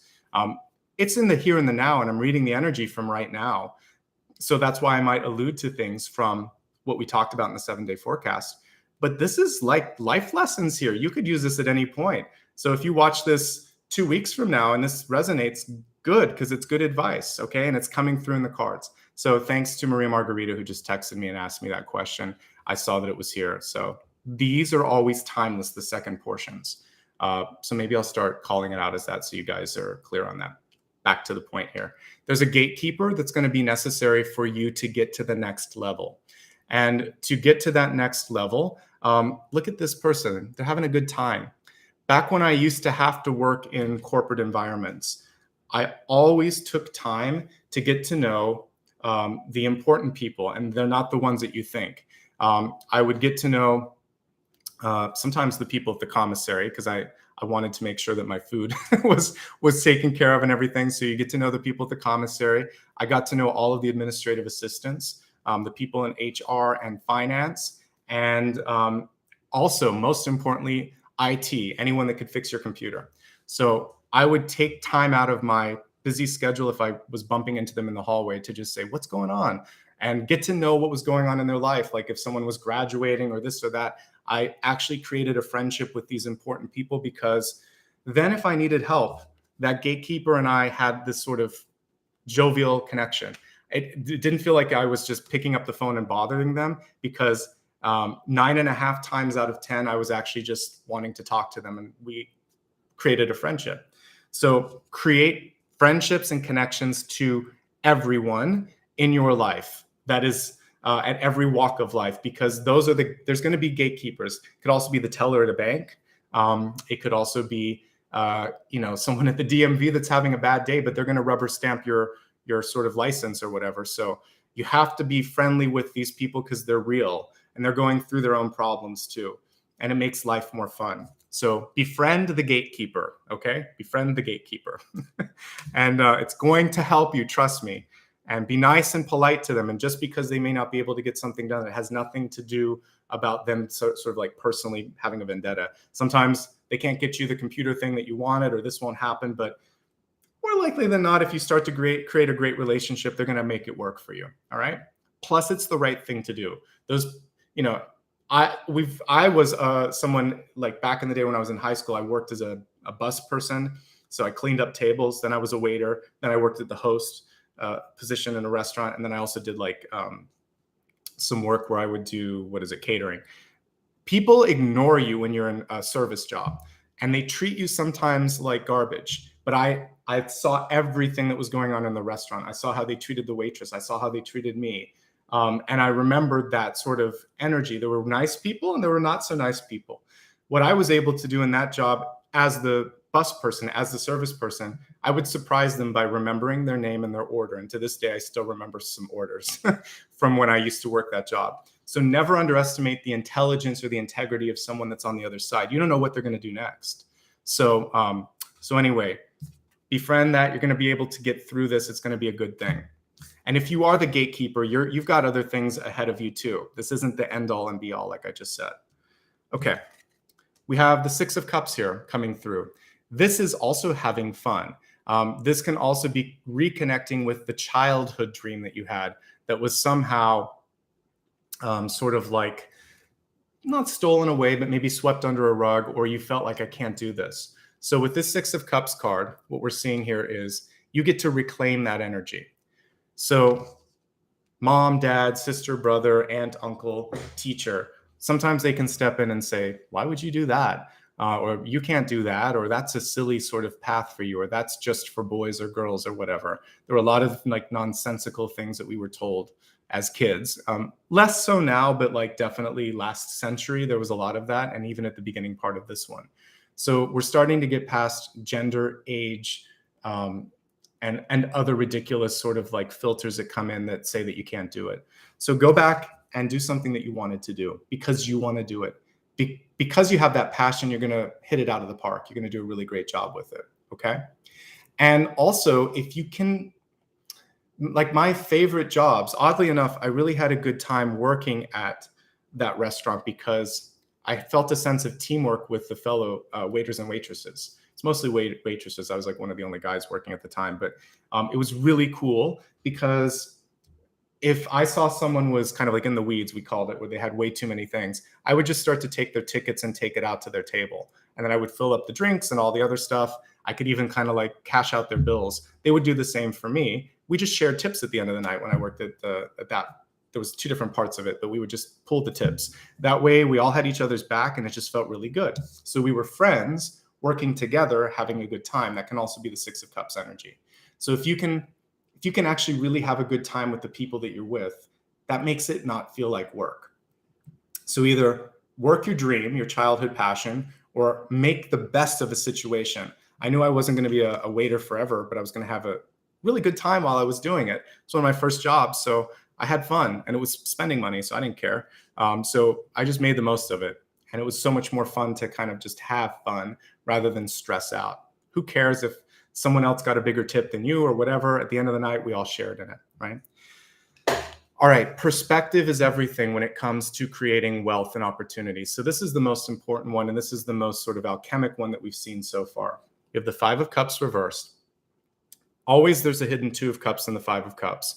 So there's a partner or an opportunity or something that you can access, that you can tap into, that you may not realize or may not be looking at, because sometimes we're focusing on where other people are, why we haven't gotten there, why we've received some bad news, maybe just emotional dissatisfaction and other things. So what we want to do is focus on the two cups that we can control, our passion and possibly someone else's passion or someone else's appreciation for us. There's something to be celebrating there. There's a missed opportunity. So redirect your energy into something that you can control, even if there's a bunch of things that you can't. And that's going to make you feel optimistic, empowered, and like at least I'm moving forward, right? Because when we looked at the 7-day forecast at the beginning, and also I believe it was for air signs, we got this too. We got a bunch of Fool energy for movement. So for you, as we're looking at this timeless portion of it, being able to move even one step forwards makes you feel a little bit better. The moon coming through yet again, because that kind of encapsulated the energy of this live reading today. So this is almost the opposite of what we saw with the Raven deck card. Let me see if I can pull that one. But in that one, we saw sort of like the Raven consuming the moon. I'll pull it out later. But in this one, what we're looking at instead is this ability to sometimes, well, there's two things. Sometimes we feel like there's too much to take on. Okay, so if there's something new that you want to try, sometimes there's this feeling of, oh my God, it's going to take me so much time to make this happen in my life. How am I ever going to get restarted or started? The answer is just to begin, like swimming. You just take one sort of like lap at a time, move your arms a little bit, keep paddling. You're going to get to the other side before you know it. All right. So you just have to start moving, or it starts to kind of like drown you out. And we don't want that to happen. There's also a territorial energy as we look at the wolf and the dog on either side. And for some of you, you could feel like it's difficult to bridge the gap between you and someone else. I really do feel like the important thing for you is to follow your own path. The path is usually right between the dogs. And this one, we've got the river, which would probably be the winding path. So your path may deviate from mom, dad, teacher, coworker, boss. They may not understand what you're trying to do. So it's not always about getting them to come to your side. It's about doing the best you can and not feeling sort of weighed down by everything. Okay. So swim, don't sink. You should, or float, kind of feel this ability to feel lighter. Because if you've ever done that on the water where you just kind of like lay back and float, it's a nice feeling. But if you get stuck beneath, if you kind of get too tired and you're starting to sink, we want to do the opposite. So just kind of easily tread, allow yourself to feel like you're not overwhelmed by emotion. Remember when we were looking at the block, I think it was the tentacle wrapping around the king card. This is why. You could just get lost in your emotion. So don't get lost in your emotion. All right. Now we have the Page of Cups coming through for your, I'm looking at the little pig. That's why I'm laughing. Looking at how you're coming through in your ego sense here. What's really cool here is I feel like it's pulling in all the lessons we talked about. This can be love, but it's not, because we're looking at money today, really, and looking at abundance and looking at opportunity and like wealth with a capital W, like I said. So we have here the partnership and a sort of like sketched heart here in the background, kind of making this like two people joining together. So I feel like some of you have a really attractive energy and you can get people on your side. It's sort of like back when Steve Jobs was alive, he could kind of talk about a printer or some sort of new gadget and get people excited about it, even if it was really expensive and didn't make a lot of sense. Just his passion would get you interested in it. He was a good salesman. He pushed out the sort of like heart chakra as well, kind of like get you involved in that. Use your heart chakra in the same way that a good salesman can, or same way a good artist can, that's singing or whatever. And you don't have to hit all the notes when you're doing that. But if you're watching that performance, you're all in. So really put your heart into it. We see the little pig flying in the corner, which made me laugh. So for some of you, I want you to dream the impossible, the quote unquote impossible. Really set the bar high and just go after it. Because we also see ostensibly like another version of him, his higher self, and he's actually up there with the pig flying, and it's working out. It's going to be okay. So until you chase that dream a little, until you believe it, until you really feel it, then that is that elusive piggy bank in the sky. But it's going to come. You can do that. Don't go too practical and think, oh, it's impossible, or I can't do that, or when pigs fly is when that will happen. No, believe it and push it out there, and you'll be surprised by what happens. A smile, some passion, some creativity in this as well is going to go a very, very long way. Okay. Okay. So looking around you, there's a very fine line between success and failure. And oftentimes you fall and get up a few times on this path. So as we look at this Page of Swords, tiptoeing across possibly a sword, which wouldn't be very safe, but whatever, it's a drawing. What we're really looking at is a tightrope, right? So what she's using to allow her to get across is her engineering, her imagination, her sort of like just her mind, basically, and then also some facts. She's not paying too much attention to the birds here that might be trying to tell her what to do or what not to do, because that's something that could kind of take you off that path. So you want to use your insight, your imagination, your inventiveness, and kind of like keep moving forward. When you hit a misstep, which almost all of us will on a path to success, let it be an informative experience, and let it not sort of deflate your kind of like, she has these light bulbs which remind me of balloons, but it's sort of like your ego can get deflated, right? So I would like you to kind of just take it with a grain of salt and think, all right, I don't want that to happen again. What happened? How am I going to apply myself? And what did work? So for those of you that even do what I'm doing, like creators, we do some videos that just nobody likes them. So I don't do them again. Or I try it from a different angle. I'm like, well, that didn't work. So let's try some of this. And so rather than getting upset, I just know that's a no. That one was a yes. This is doing somewhere in the middle. What if I combine these? So I always try to think of different ways to do it. So keep thinking outside of the box, keep thinking, stay on your feet, get back up, brush yourself off, try again, like the old Aaliyah song. You can do it, okay? We've got the Hopes and Fears card with the Queen of Pentacles reversed. I told you before the King and Queen of Pentacles upright are some of the best cards you could possibly imagine because there's nurturing energy associated with them, and they are the Midas Touch. Now, with it reversed, though, there can be an overemphasis or focus on the wealth component, the title component, and also the optics from the exterior, so like what people think. So you're going to focus more on how do I feel. Now, I actually read a sort of more positive Pentacles reversed, which is I'm going to decide to work on myself. So I feel like if you start to do that, instead of always being the universal mother or father figure, you're going to put a little bit of that energy into yourself. Then we see a radical shift coming through. We see a rebirth or a genesis at the end. So as I said before, with this death card, which came through reverse, this is absolutely in alignment with the catalyst. Everything that we're seeing here is saying, what I used to do didn't work for me, so I have to try something new. Or I am stuck at a certain level. And in order for me to really find the wealth or abundance that I'm seeking, something has to give, something has to change. So either people around me are going to change their perspective of me, and I'm going to work to change that perspective. I'm going to change something about myself so that I can do something more, or I'm going to move myself out of the situation and try something completely different. The change can be here, it can be here, or it can be all of it.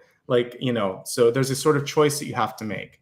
This is, I think, the best death card that I've seen. There's a few that I like, but this is one of the best because it shows it as a window of opportunity and it contains the rebirth element. It's not just that. Death is transformation. So ends are beginnings, and I feel like you're going to have to go through a little bit of both to make something happen. We're going to go deeper now, and I'll try to sort of like bring it all together, and I'll pull a couple cards from the Afro Goddess deck at the very end to crystallize all of this. But let's take a look at the health aspect of this through the lens of the Midas Touch, bringing about wealth and abundance. So we have friendship and union. So the most important thing for you in whatever path you take is that you feel a sense of belonging. So if you're at a company right now and you feel like they don't appreciate you, that you don't belong, that you're not supported, if you're in a relationship and feel that, if you're in a family and feel like that, the important thing for you is to find a way out of that and find a way where you can achieve this. This is your wealth if that's what's going on. And the first step in your soul growth and building a firmer foundation is to find a place where people celebrate you for you, that you don't have to change the way you dress, the way you talk, the way, whatever it is, the way that you work. It can just sort of be like, no, we like you for you. That's the first step. And that's going to be what brings you your health and your happiness. Let's focus a little bit now on some other messages that might be coming through with health. So as we go, they're really positive cards, most of these. There are two that come through that I'm looking at here, in the future and the near future, or the near future and the future rather. So for some of you, it's just the fear of change. And it's the fear, like I said earlier, of how, can I do this or will I fail? Worry less about failing and succeeding, and worry more about how you would feel at the end of your days if you didn't try something. So one thing that's helped me is, like I've talked about this before, but I've had people in my life that have passed away and they regret not trying things. And when that happens, you start to gain a new perspective on, again, how finite the human experience is. We live many lives, but we live this one once. So the biggest setback for you or the biggest failure would be not trying. It doesn't matter if you fail at the attempt. Not trying at all is what is going to absolutely guarantee that you can't do it. So at least try it. Then you'll never look back and think, oh, who knows, maybe I should have done that. If I'd only asked that person out, if I'd only gone to the doctor, if I'd only, published that book, if I'd only tried this or that, just try it, see what happens, move on. Keep trying if you want to, but if you don't give it a shot, then that's at the end of days what's going to probably sit on your consciousness a little bit more. And that's why I have to mention it with the death card. So I use that, as morbid as that sounds. I just kind of think, what if I was exiting this planet today and transitioning into spirit? How am I looking at this and this and this and this? Am I doing okay? Should I have done more? If I did, then if today I would have a regret, tomorrow that regret's going to be my top priority. Even before I go to bed, I'm going to make my regrets my plans, so I don't have regrets. Okay. Health. Let's see what else is here. I do want you to focus on not spreading yourself so thin, and maybe not kind of having to walk the tight wire so much. For some of you, this could be because you're giving too much time, energy, or money to something else. So really work on finding that perfect balance. This card usually comes through, I've talked about this before, specifically for health, when we need to look at our, it can be bladder, urinary tract, and even reproductive organs. So for those of you that are working really, really hard and doing a lot, that part of your body can get exhausted sometimes. Make sure that you're drinking enough water. Make sure that you go to the proper doctors, OBGYN or urologist, to take a look at those things, because I feel like that's a sensitivity area in your body. We talked about the thigh because of the channeled messages earlier as well. So some of you might be holding a lot in your hips and thighs. So take a look at what you can do with that, whether it's massage therapy or physical therapy or whatever. Talk to your doctor, talk to a professional, and work on that. Otherwise, you've actually got pretty good cards for health, and it's more about the spiritual stuff that we talked about. Looking at wealth through the lens of opportunities and abundance here. We have In the Light of the Moon, which is really appropriate because we've had like 3 moon cards here today. And I got to put on my glasses for this one. A full moon can shine light on what you have been resisting. This can be anything from your fears to your soul's beauty. Amen to that. The moon card is not a good or bad card. It's just a powerful card. So we can give power to fear, or we can give power to our hopes and dreams. Do it to the latter, and that's going to be really important. If you're not afraid of showing people that sort of like vulnerable side of yourself, then you'd be surprised what happens. I mentioned the other day in my my reading for, what did I do last? Was it Leo? I was talking about the Taylor Swift 10-minute song. If you've been watching social media, she did it on Saturday Night Live last night.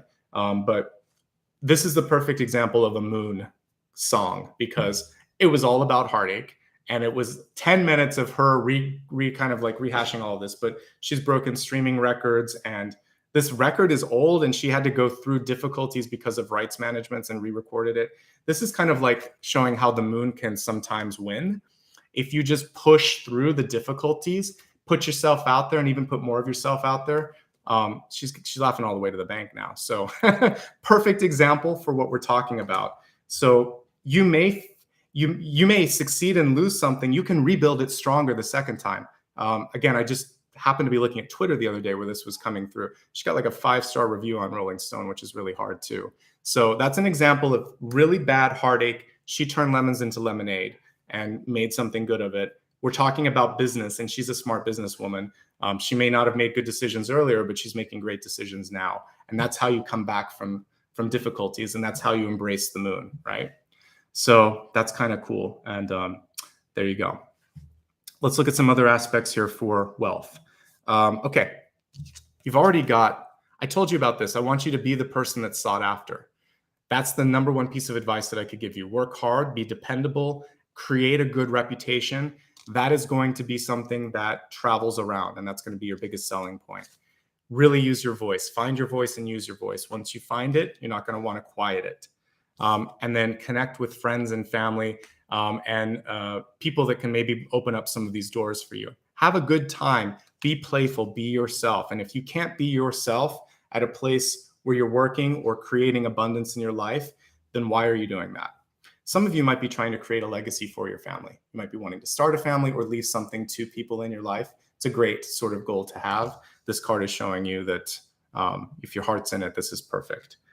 You also might be trying to create something that future generations can enjoy. So maybe there's a philanthropist piece to it, or you're going to give back something after you leave. Can't take your money with you anyway. So I think that's a great thing to do as well. Going back to school or changing your career trajectory. It's a good time if you're ready to do it, okay? Because we see growth associated with that death and rebirth card.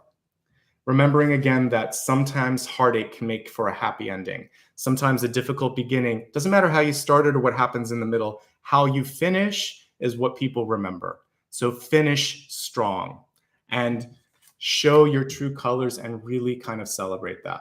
Yep. Let's look at love and relationships. I need to have a little drink before we do that, so hold on. Better. All right, so for relationships here, we have the squirrel spirit, believing in yourself. Hello, this is thank you, squirrel, for reminding me of that. The number one thing with net worth is self-worth. So believing in yourself is so important. I just started watching, I'm not a sports fan, but the Apple Plus show. Now I can't remember the name. It's about the guy that's a coach. Just left my head. You'll type it in here for a second. But he actually puts a sign on his door, which is believe. And he's like right on track with that. If we don't believe in ourselves, then we're kind of lost, right? So believing is so important. I want you to focus on Ted Lasso. Thank you so much, David. Yeah, Ted Lasso is actually a really good feel-good show. I've almost watched all of them except for like the last 2 episodes. But what I like about it is he's a flawed guy, and you find that out later, but he's so positive to a fault, but it's infectious. Like, he's so nice that he was kind of set up for failure, but the woman that sets him up for failure ends up liking him because he just puts out so much positivity. The team ends up liking him. People end up liking him. So it's because he believes in himself and he believes in others. And even if he has doubts, he pushes out the belief. And yeah, watch a couple episodes and you'll get sucked into it. It's a really great show on the power of positivity and manifesting something because you believe in it. And I love that the believe sign, it's like by his mirror, it's above and it's not even perfect. It's always sideways, but you'll see it all over in that series. So believe in yourself. Number one most important thing, because if you're afraid of success, if you don't believe in your capacity, if you are overly insecure, people will be picking up on that, and they're going to have seeds of doubt when they talk to you. This isn't meaning like you have to have this false bravado or that everything, it's like, I don't want you to be too kind of taken with yourself, but believe that you can do it and then try. And then, like, the way that I used to approach it when I was first kind of starting out jobs and uncertain is like, let's just give it a shot. Let's see. Let's have fun with it. The worst that will happen is that they'll tell me I did it wrong and I'll do better tomorrow. Do better tomorrow. Every day, do a little bit better than the day before. Okay? Let's look at the cards here for relationships. So if others don't believe in you, you've got to believe in yourself. That's the most important thing. Or find people that do believe in you and partner up with them. Let's look at how relationships factor into this. So let's look at existing relationships. For existing relationships, I feel like some of you have a good maybe chosen family, even if it isn't your core family. So lean into that chosen family, 6 of Cups, 10 of Pentacles. This can be coworkers and best friends. Doesn't, like, 10 of Cups could be your family, but when I'm looking at this could be coworkers and friends. So chosen family is probably the most important resource that any of us could have anyway. So that's going to help you quite a bit. Some of you may be having issues with maternal energy in your life. So I want you to focus on nurturing yourself, maybe finding a mentor if you need to find a mentor. And that's going to help you with that self-worth. The other thing for many of you is you're just ready to move on. So if there is an existing relationship, this can be across the board, friend, boss, or lover, and they are holding you back. They are making you feel like this is too much. It is time to move on from that. And that's okay. If you choose to stay, something has to change in any of these environments. The only way that existing relationships can grow is if, surprise, surprise, they can change. So this person has to change with you and grow with you, or it's not going to work, or this organization or this connection. But looking at people, existing relationships, we have to see the growth, or you're going to then move into something new. Okay. So that's the message there. If you're not looking, you might miss the fact that there is someone else that's interested in you. So let's say something's falling apart, or you need to get out because you're stagnating, particularly in a professional relationship, for instance, then guess what? There's someone on the sidelines that's just waiting for you to show interest. So in professional spheres, this shows that it's good. In a relationship, it could just be that both parts of you want, like both parts of the relationship, rather, they want the other party to kind of like show up, but someone has to make a move. So make the first move and see if the change happens, and if it doesn't, move on. For those of you that are looking to make connections, like networking, because we're not looking at this as sort of like a traditional love relationship, but trying to find like new connections out there, really finding something that you're passionate of speaking about is going to be important. The more you believe in yourself, the more you speak with authenticity and authority, the more people are like, yeah, let's have some more of that. So really focusing on your voice, it's going to be the most attractive part of your voice, your story, and also your passion. All of that is going to be very, very important. And don't think less of yourself. No self-deprecation as you're starting to approach new people. It's good to have a sense of humor about your life, but don't put yourself down. I think that's going to be really, really important. And I would say for those of you that really are just looking to find new love right now too, the thing that I see right now is that there's a lot going on. For you, I feel like it's important for you to kind of figure out, who am I? I think this is the most important thing in all aspects of relationships. It was the homework assignment that I gave to my friend and one of the people that I coach. I just said, next time we talk, I want to make sure that you have a clear idea of what's next in your life. So do you know what's next in your life? That's going to be important whether you have an existing relationship or you're looking for a new job or a new relationship. People are mirrors of you. So if you're confused, you find some confusing people out there. You find companies that don't get back to you. You find people that don't text or call you back. When you know what you want and you know who you are, and you put out that energy that you're not going to wait forever, people react to that, and they're sort of like more assertive in their replies too. Okay. So know who you are, know what you want. That's going to help. If you're not focused on, if you just want to sort of see what's happening, this is a time to not be passive. So, because we have the death card reverse, which would be stagnant. So I think that because we're looking at abundance, you have to pay attention to you, and you have to pay attention to the people around you. There is no room for, let's just see what happens. It's not about love in this reading. It is about other people, though. With the other people, I would say the important thing for you is you don't have to give more than you need or want to give.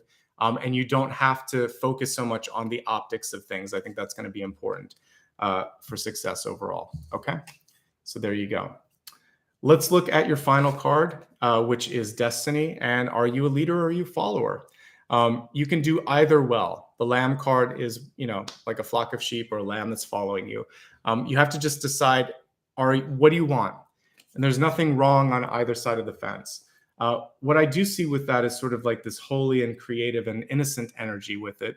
So I think that if we can keep a little bit of that childlike innocence, it's an attractive force for abundance in our lives. So remember not to get too jaded, to get too, like I said, self-deprecating or too down on yourself. That's going to be super important, right? But the one thing that I see here is sort of more of a following energy. And I think that everything that we see here is showing a little bit more leadership. So if we really want to kind of find that King of Swords, don't be afraid to occasionally speak up. Even if you're not at the top of the heap, your voice matters. And that's what I was talking about. When I was working in a restaurant, I felt really, at the end of the day, I felt like I worked hard. I earned my money. I had fun, and I left it like that was a part of my life. And I'm happy that I did it. But I did 100%. And I really kind of didn't come to work and not try. So I get a passive energy with the Lamb. So I would say a little bit more active is going to be necessary to really break through to the next level. All right, as promised, I want to pull a couple cards with the Afro Goddess deck because I didn't get to use it today.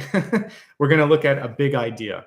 So one thing that I want to look at for the big idea, I'm going to look at a couple of reader's choice questions and then we'll meditate. So the first reader's choice question that I have is, I want to look at, for those of you that might be at that point of how can I break free? How can I be a little bit stronger? How can I find my voice? What's the message? So you've always had that which you've sought. We have the Ace of Pentacles here. I want you to focus on believing in yourself. And some of you are just afraid to put it out there. Even if it's this smooth, shiny, polished coin, you're worried that other people may not find as much value in it as you. You're missing the point with that. If you did what you wanted and you believed in it and it was 100%, you succeeded on a soul level. And oftentimes what's popular is not always gauged correctly. Movies are a great example of this. Sometimes they fail at the box office and then they become a cult hit later because time and a change in sort of like even just how sophisticated people are, they'll look back and they'll say, that was amazing, or it's so bad that it's good. And then they love it and it makes money. So don't underestimate how your success story may play out. It may not run the normal gamut and you may find success later in life or the second time around, and it's sweeter that time around and you're going to enjoy it that time around. Because the relationships is such a weird thing to look at with all of this, I want to pull a single card to say, how do you focus on yourself with respect to the people around you, all the relationship stuff? How can you really focus on you and be the best you? Again, with the Two of Pentacles, you have to make the smart choices. This has come up a couple of times now. So remembering that you couldn't have both roses growing up at the same time. You really have to pick one to allow that growth to happen. So to quote an old drama teacher who I ended up not kind of like doing the play because of her advice, I was over committing myself. I had to choose between yearbook and like a play that she was trying to cast me in. She said, honey, you're trying to spread yourself too thin. If you keep doing that, you are going to be unhappy. You're not going to succeed at spreading yourself in all of these directions. And people won't respect you because you don't have a point of view. I was like, that's harsh. I don't know. I was like, I don't know, 17 or something. But she was right. And I remembered that. And so I thought, okay, I knew what I wanted. It was yearbook because I was more on the journalism track. It blew up in her face. I think she thought I was going to choose the play. I'm like, no. But I remembered her advice for the rest of my life. She was a little crazy, but it was great advice. So you can't make everybody happy. You have to do what feels right. If you try to make everyone happy, it's not going to work. So do what's best, do what's right, take the heat, and then ultimately it's going to be worth what you went through. We'll do a final wild card, and then we're going to go to the meditation. We have an Ace of Swords in reverse. So for some of you, the bar is so high, the bar of excellence is so high that there is a fear that you'll not meet up to your own expectations, or maybe mom or dad was a little hard on you or something like that. But just put it out there and try not to taint it with negativity. So the self-deprecating piece that I talked about comes into place here, where you would say, well, call me crazy, but what if we tried this? So if you start a conversation saying, well, I don't have a lot of experience with it, you're already kind of like putting all of this stuff in front of it, rather than saying, I have an idea. I'm passionate about this. What do you think? What if we tried this? I think it would be really effective. So that's more powerful. I'd listen to that person. The person would be like, oh, it's just me, or let's just try this. Let's see what happens with this. You're putting all of these disclaimers before I ever got a chance to listen to you. And I have to like untangle all that nonsense. So don't put that out there, and don't think it in your own head either. I think that's going to be really important.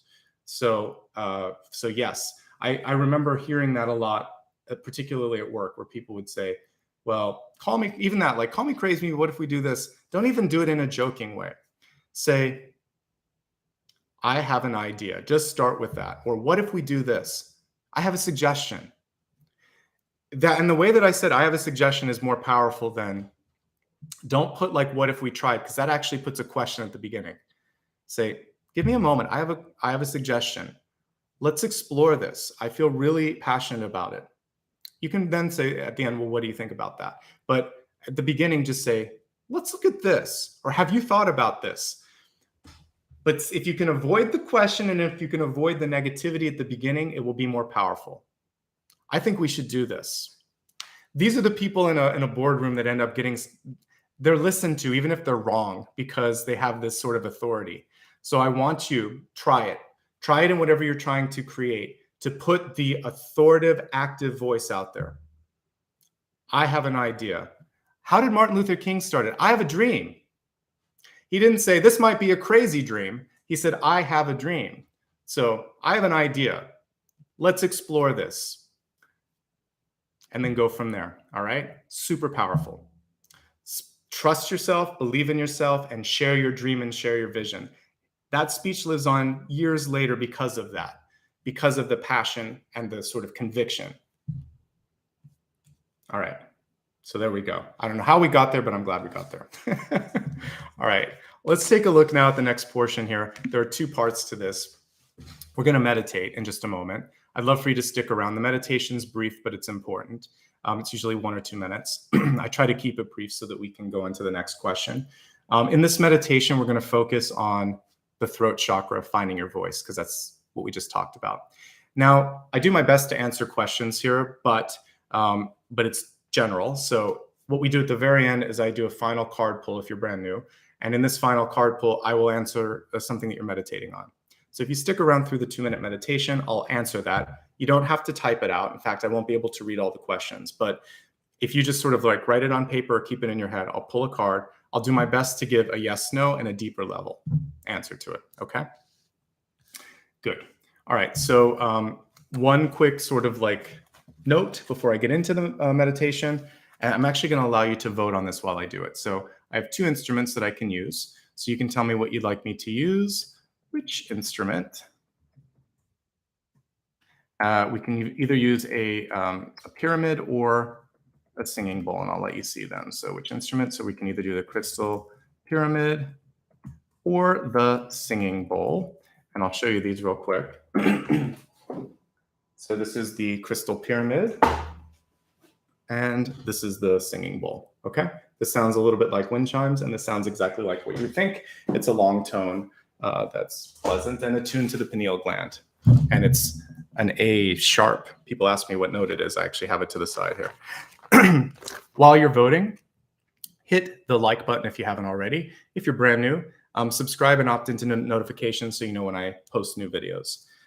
For those of you that have given back, thank you. I see you. I'll say thank you at the very end. You can join the channel if you'd like to become a voting member and a supporting member as well. And like I said earlier, you can get reminders on social media. Here are all my platforms and my username. And you can go up into the corner and click on the link that I've posted there. Just a reminder, in social media, I'm never going to ask you for anything or send you messages. There's a lot of scamsters out there. Avoid those. Know that this is the only way that we interact. Okay. Let's see. We got the singing bowl by 54%. I'm going to end the poll. I may get myself another bowl. It seems like you guys really like the bowl. So maybe I'll treat myself over the holidays here and treat you as well and get a different bowl because that seems to be pretty popular. So I'll try to get a different tone so we have something else to choose from. All right, let's meditate and then I'll look at your final question. Just close your eyes for a moment.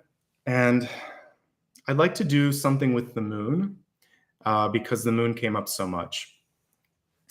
Let's imagine that it's a perfectly clear evening, that just like the moon card in tarot, you find yourself walking a path.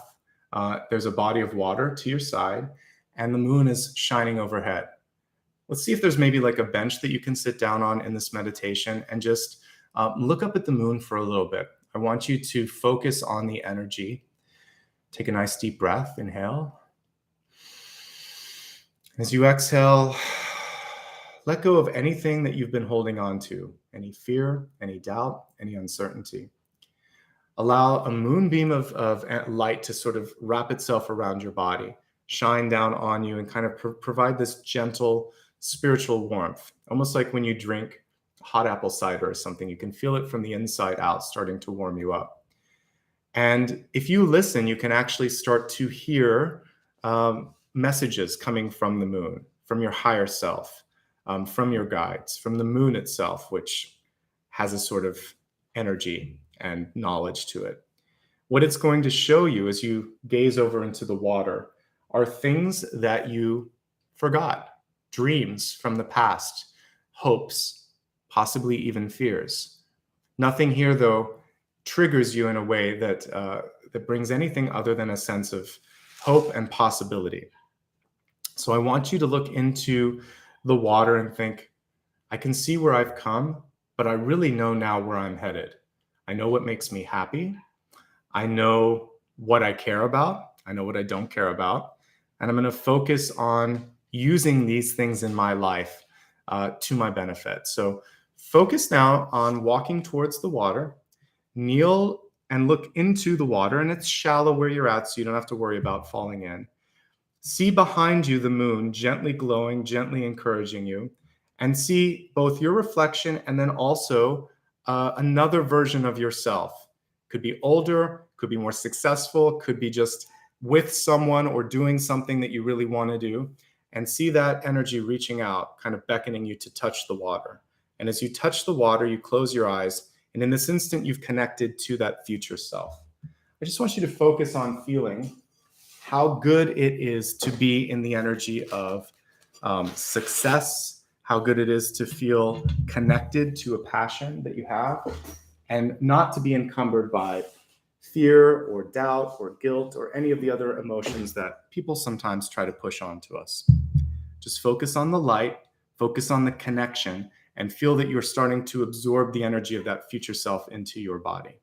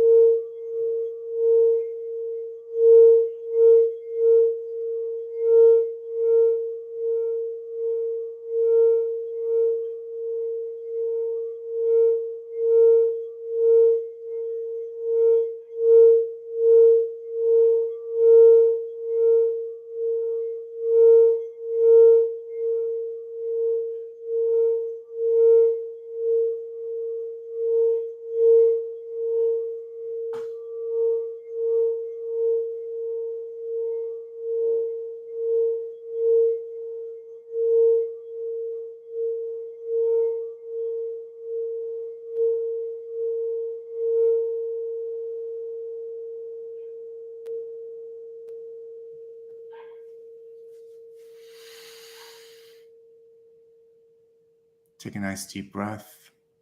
Exhale, letting go of any fear or uncertainty, feeling the sense now of calm, cool, collected energy, knowing that what you want to create, you can create, trusting in that future vision of yourself. And just as we're hearing that dog from my neighbor in the background, if there's any sort of persistent thoughts or people that try to make you sort of take a side, remember now that you know who you are, that you don't have to sort of listen to those voices, that you have a clear sense of who you are and what you want. Okay, that's not Apollo, by the way. That's my neighbor's dog. Apollo doesn't bark. I have a couple dogs at the end of my hall that make that noise. So anyway, I'll pull up Apollo in a second. He's sleeping to the side here. But I live in an apartment complex, and like all apartment complexes, there's noise. But in life, I think this is actually a really nice connection to the moon card, because what do we see in the card? Two dogs, or a dog and a wolf. And that little barking sound that we're hearing in the background, it's a reminder. Sometimes there's always going to be noise. There's always going to be a naysayer. There's always going to be something that you have to deal with, right? So yeah, Apollo actually has a very baritone bark. It sounds like, I don't know, like a Saint Bernard. He's a little small guy, but it's like roof. So he doesn't bark because he's kind of afraid of barking. Only if there's danger or another dog coming towards him does he do that. All right, let's focus now on your final card today. I want you to, whatever your final question is, please let me know. And just think it in your head. You don't have to type it out. I'm gonna do my best to give you a yes, no, and also a sort of a deeper read of it as well. So we've got the Three of Swords reversed. So for many of you, what we're seeing right now is that you have to work through some, there could be, it's a no or a not yet, but just to kind of like define why it came through, I feel like some of you are holding on to a disappointment or an upset or wishing that you could like make something happen in a certain way. So this tells you that you can't always control the timing or the outcome, but you can control how you feel about something. Once you get control over your reaction to that, then the stress doesn't exist anymore. Then it's sort of this feeling of, oh, okay, well, I'm going to do this then. I'm always grateful now sometimes when I get rejection. I've talked about rejection being protection. And I think that sometimes if a person says no or if an opportunity fizzles, then I know that I don't have to waste any more time or energy on that. And just to kind of help you with a time sort of for the yes or no, because that's pretty much a no, you're going to feel it on a heart level. This is usually 1 though, so we could look at 1 month. I feel like for many of you, if you can wait a month, things are going to look a lot better. Okay. So give it a month, and no surprise in this one. What do we have in the background? The moon. So for many of you, it could be the sun or the moon, but I'm going to imagine it's the moon in this deck. So I want you to really get, to be at peace with who you are and what's coming through. Okay. All right. So let me take a moment to, first of all, share my upcoming schedule with any of you that would like to join me this week. I'm going to pin the new comment here. So this is my upcoming schedule, if I can get it. Replace the pinned one. I will be back tomorrow to read for Virgo. And then later this week, I'll be looking at Libra and Scorpio. So that'll be Monday, Thursday, and Friday schedule. I'll be back again for another Sunday collective. All of you that are members will have a chance to vote twice on those, as always. I also periodically will poll you and ask you new things, your advice on stuff that I'm doing on the channel. So it's a great way to stay connected. I'd like to take a couple moments now to thank everybody that was able to join today. Before I do that, just a final reminder that if you'd like to stay connected on social media, I'd love to have you. Here's all of the different addresses that you can find me at. You also see behind me, behind the Christmas tree, I have a book. So if you like science fiction and fantasy, you can check it out on my website. There's a synopsis and some information there. All right. Now, thanks to everybody who was able to give back a little bit today. I'm going to welcome the new channel members. We had a bunch of folks that either joined or rejoined today. Tamisha, Mary, Helena, Friarchick, Wendy with an I, and the mom of Peace One. Welcome to all of you. I know a couple of you are rejoiners and some of you are brand new. Good to have all of you here, no matter what the status. And now just thanks to some folks that gave some super stickers or super chats today. Give me one moment to pull this up. All right. So I'd like to say thank you to Melissa Ann. Let's see. Kanapriya, I hope I said that correctly. Liz Morrison, Touche B336, Tara, always here. Good to have you. Melissa Ann, Rachel Venuker, Jesse, again, Kanapriya, again, I appreciate it.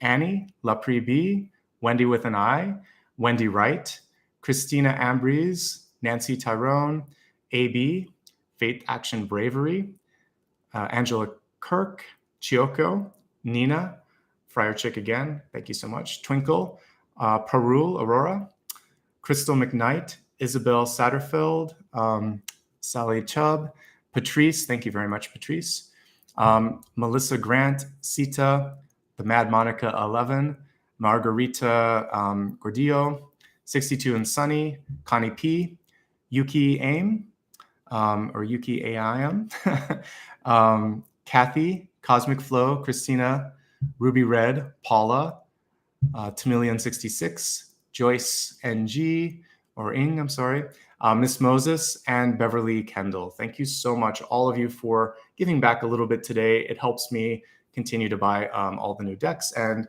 hopefully real soon here I can get another singing bowl for you guys to enjoy. Looks like we had a couple here at the end. Let's see. Oh no, Miss Moses, we got that. All right, everyone. Thank you so much. We went a little bit over the 2-hour mark, so thanks for sticking with me, especially Dakota and Maria. Have a great weekend, and I'll see you again here tomorrow. Same time, same place. Lots of love and light to you. Let's wrap up with Sleepy Apollo, who was resting behind me. For those of you who thought that he might be barking, he was taking a nap, so I woke him up just to say goodbye. Take care, everyone. Lots of love and light. We'll see you soon. Bye-bye.